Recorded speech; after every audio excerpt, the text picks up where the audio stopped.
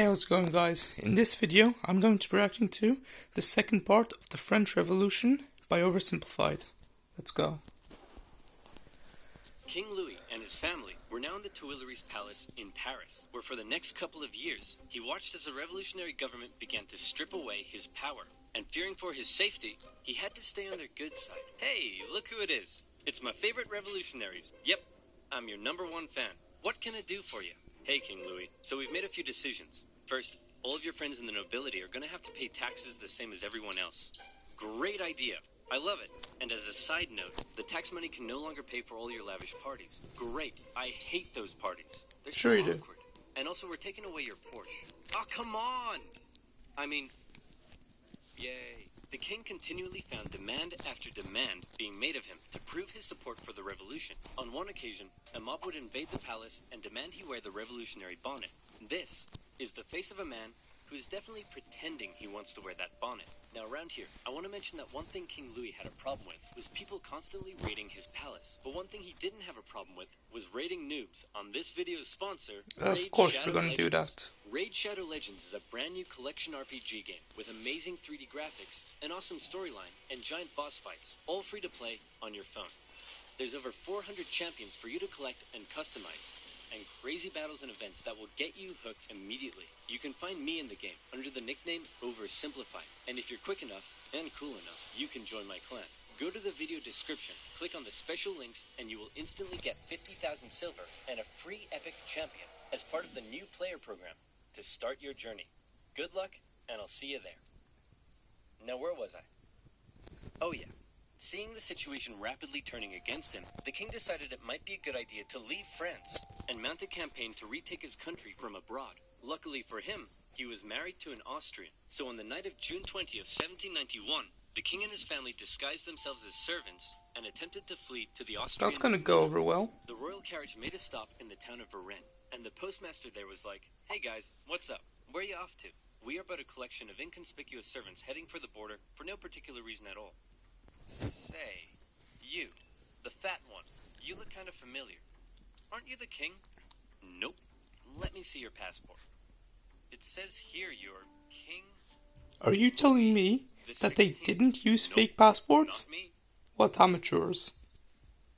Take him away, boys. The king was promptly returned to Paris, but now the jig was up. His lack of support for the revolution was clear to all, and many considered him a straight-up traitor who tried to abandon his people. As a result, the new constitution of 1791 completely reduced his powers to that of a simple figurehead, a constitutional monarch. However, radicals, such as those in the Jacobin Club, were outraged that the king wasn't to be Radical, and yet no girls are allowed. These radicals staged a protest on the Champ du Mars, How ironic. calling for the king's removal. The government of Paris feared an insurrection was mounting, and they sent the military to disperse the crowd. The confrontation escalated. Oh, that always and goes resulted well. in the Revolutionary National Guard firing on a crowd of revolutionaries. It was a massacre. The incident exposed a deep division within the Brotherhood of the Revolution. On one side, the moderates who wanted to keep the king as a figurehead. On the other, radicals who wanted to see the king deposed and heads roll. In the wake of the massacre, these radicals received a wave of support. And speaking of rolling heads, one form of equality the revolution introduced was equality in execution. This meant no more torturous drawing and quartering, no more inhumane hanging. They wanted all criminals, regardless of economic status, to receive the same penalty, a quick and painless one. Luckily, a man by the name of Dr. Joseph Guillotine had an idea. Of them. A heavy blade that falls like thunder. The head flies off, blood spurts, and the man is no more. The guillotine, otherwise known as the National Razor. The guillotine made its debut in 1791 as the new form of execution. The writings of Marat and others continued to call for the execution of anyone suspected of working against the revolution. For him, this included some members of the clergy and nobility who had previously benefited from the cruel system of inequality that existed before the revolution. In many parts of the countryside, local lords had found themselves become a target. "Sire, the peasants, they're revolting." Oh, come on, that's a bit harsh. Sure, they smell a bit, but I wouldn't say they're revolting. Not that kind of revolting. Oh, yes, I see what you mean. Increasingly, these French aristocrats began fleeing France to find solitude in other parts of Europe. And once again, fear began to take hold. The privileged classes of these foreign nations didn't like what they were seeing because they feared revolutionary ideas may spread to their own lands. The National Assembly, actually now the Legislative Assembly, feared that these nations may decide to attack.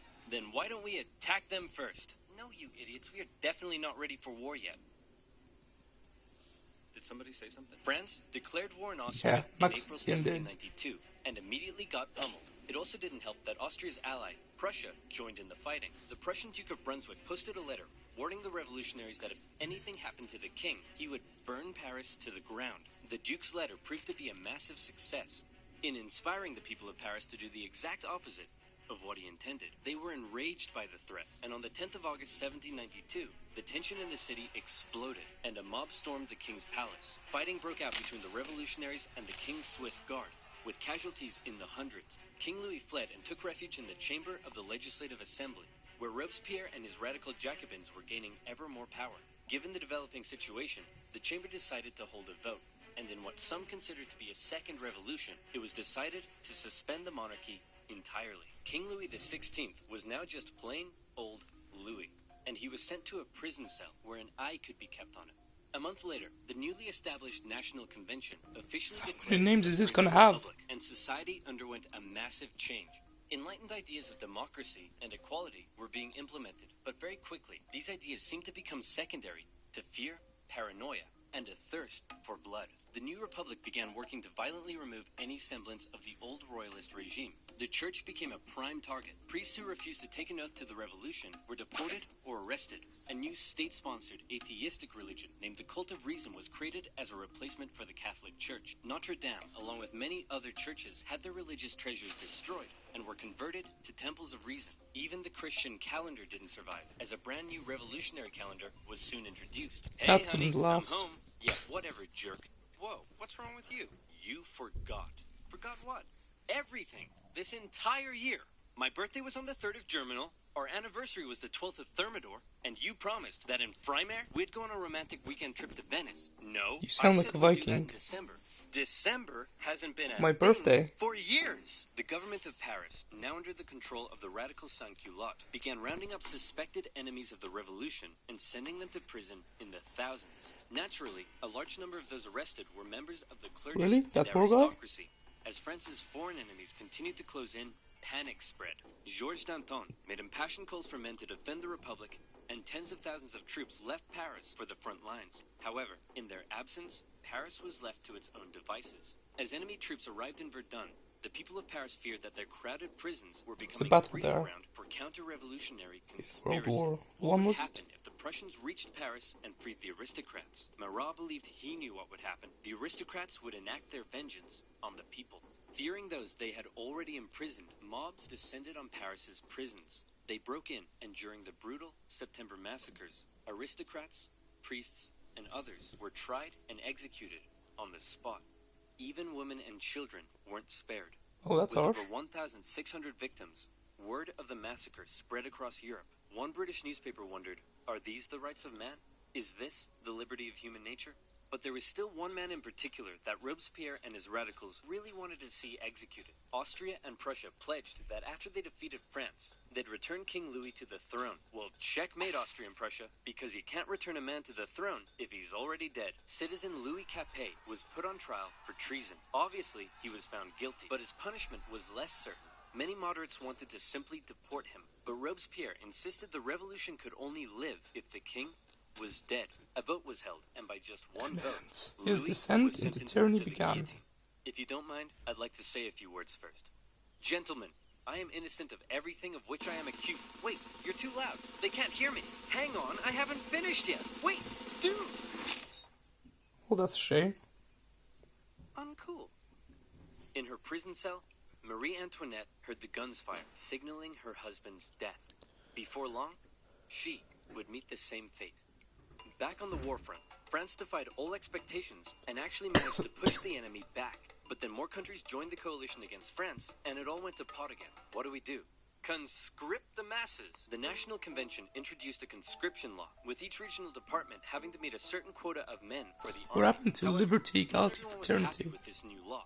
You see, while Paris was definitely a hotbed for radical revolutionary fervor, some of the regions outside of Paris weren't quite so keen on the revolution. Some were largely still conservative, still supported the church, and just didn't suffer from that much inequality before the revolution. So as the revolution turned increasingly violent and anti-Christian, many were outraged. Now they were being conscripted to fight for the new republic they hated.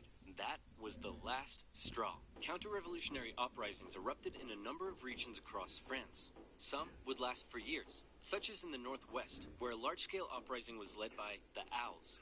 Why were they called the Owls? Because their leader was named Jean Owl. Why was he called Jean Owl? Possibly because he could do a really good impression of an owl. Really? That's what we're going with? Owls? Just because this guy can do an impression of one? Hit him with it, Jean. Hoot, hoot. Yeah, okay, that's pretty good. The Chouannerie uprising lasted all the way until 1800.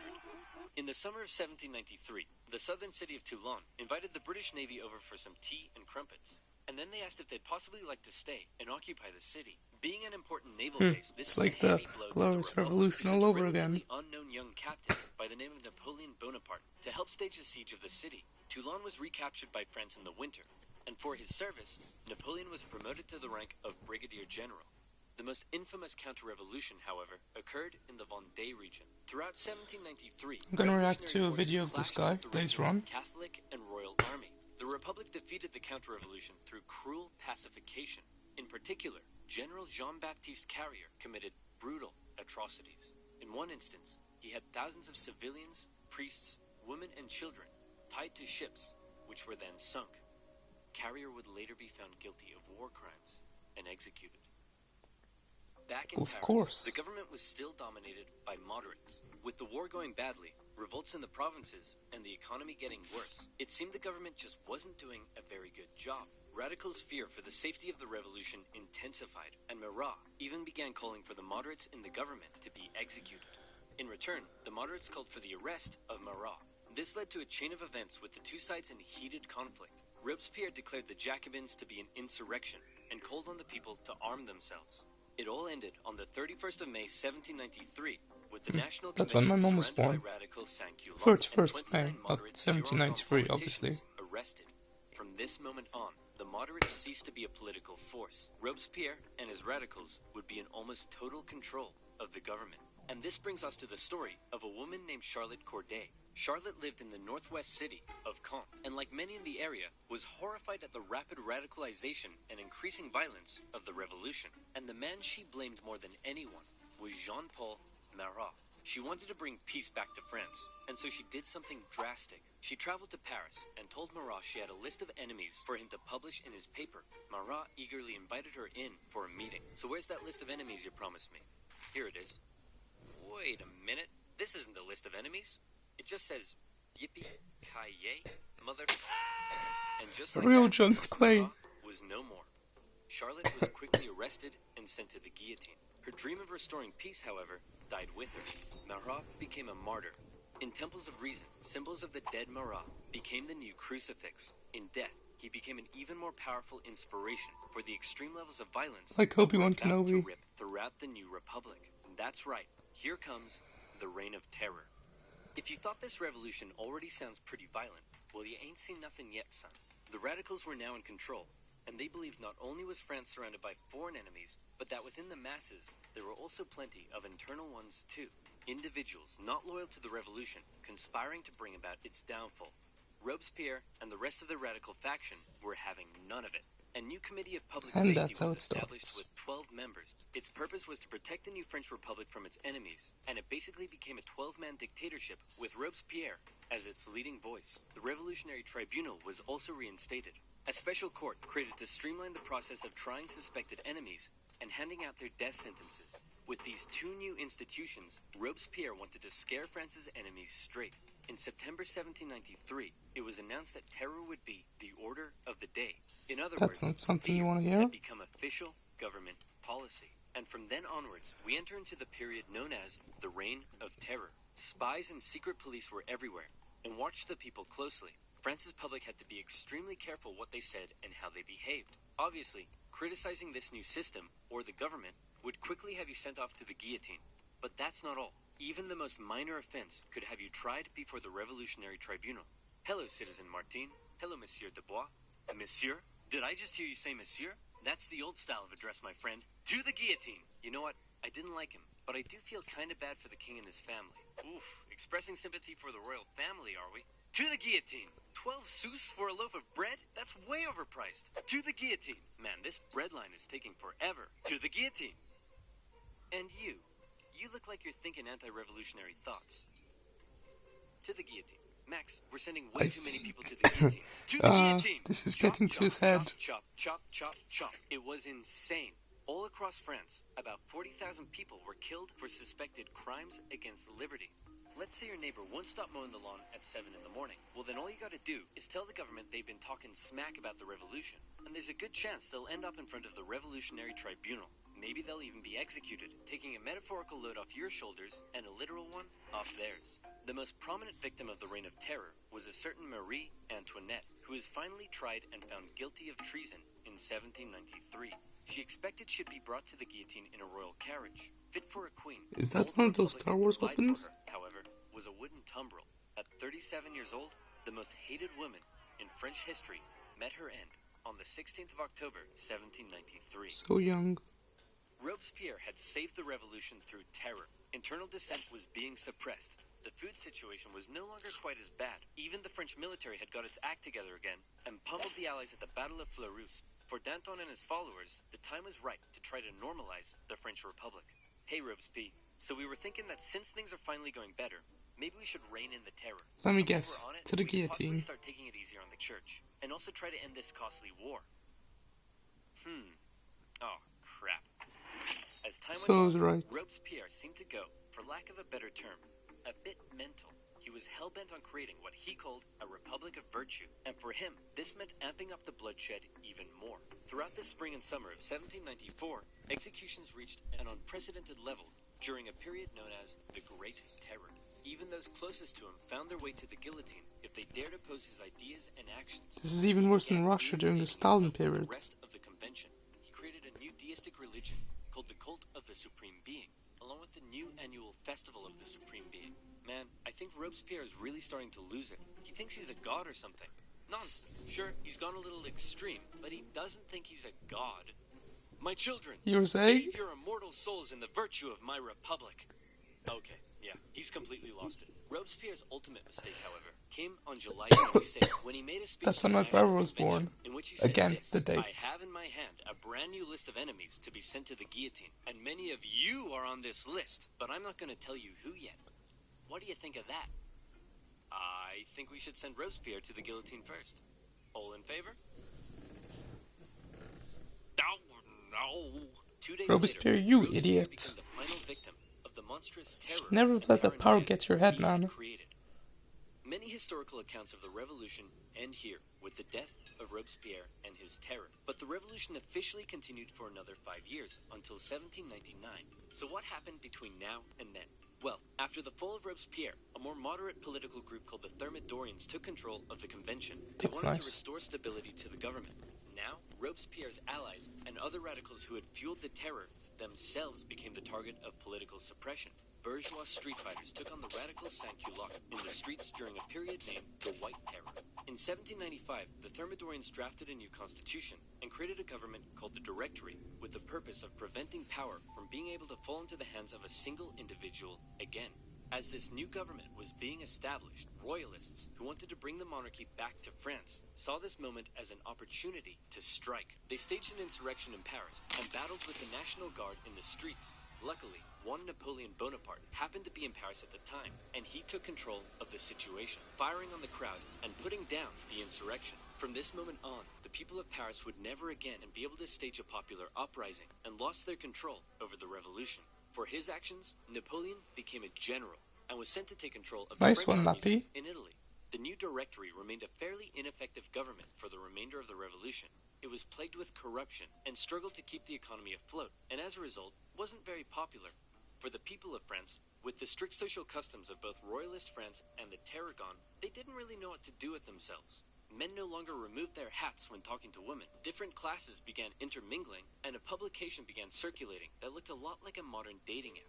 It was social anarchy. Outside of France, the war continued. In 1795, France took the Netherlands, where they set up a puppet state. Then they negotiated both Prussia and Spain out of the war.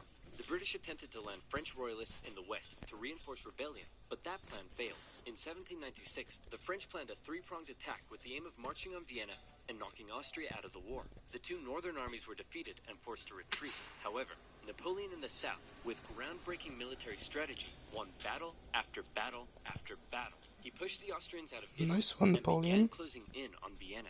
The Austrians freaked out, and Napoleon oversaw the signing of a peace treaty. He had almost single-handedly knocked Austria out of the war. And by the way, he was only 28, so maybe it's about time you moved out of your mom's basement. Napoleon became a famed hero among the French people, but his aspirations were still higher. He briefly went off to Egypt and discovered a bunch of gnarly Egyptian stuff, but then the British destroyed his fleet and trapped his forces. Say, Napoleon, sir, you're not going to leave us here stuck in Egypt and return to France, are you? That's exactly what he's gonna do. I would never dream of abandoning my loyal soldiers. Wow, what's that over there? On his return See, to after a Paris, while you Napoleon kind of found know himself the being formula. Extremely popular, and the government extremely unpopular, and he started getting some power-hungry ideas. Conveniently, a politician named Emmanuel Joseph Sieyès approached Napoleon and said, "Hey man, since you're so popular, do you want to help me stage a coup?" "Great idea. Let's stage a coup, and then I'll coup you." What? Napoleon, with the help of his politician brother, entered the government chamber, possibly got punched in the face, and finally his troops intimidated the council to dissolve the government and create a new constitution that basically made Napoleon a dictator. So there you have it, the French Revolution, born with the great promise of liberty and equality. The common people dared to challenge an oppressive system that had existed for centuries. But before they knew it, they found liberty sidelined by terror, equality that possibly didn't quite hit the mark, and an absolute monarchy replaced by an absolute dictator. Napoleon began stabilizing French society. He restored the Catholic Church and got rid of that crazy calendar, among other things. But he remained ever ambitious. He was France's first consul, but he slept soundly at night dreaming of being something even bigger. Napoleon's expansionist aspirations, combined with the ongoing conflict in Europe, would eventually lead the continent into a huge conflict known today as... which I'll react to later on. So anyway guys, that does it for this video. If you like it, then like, comment and subscribe. Bye guys.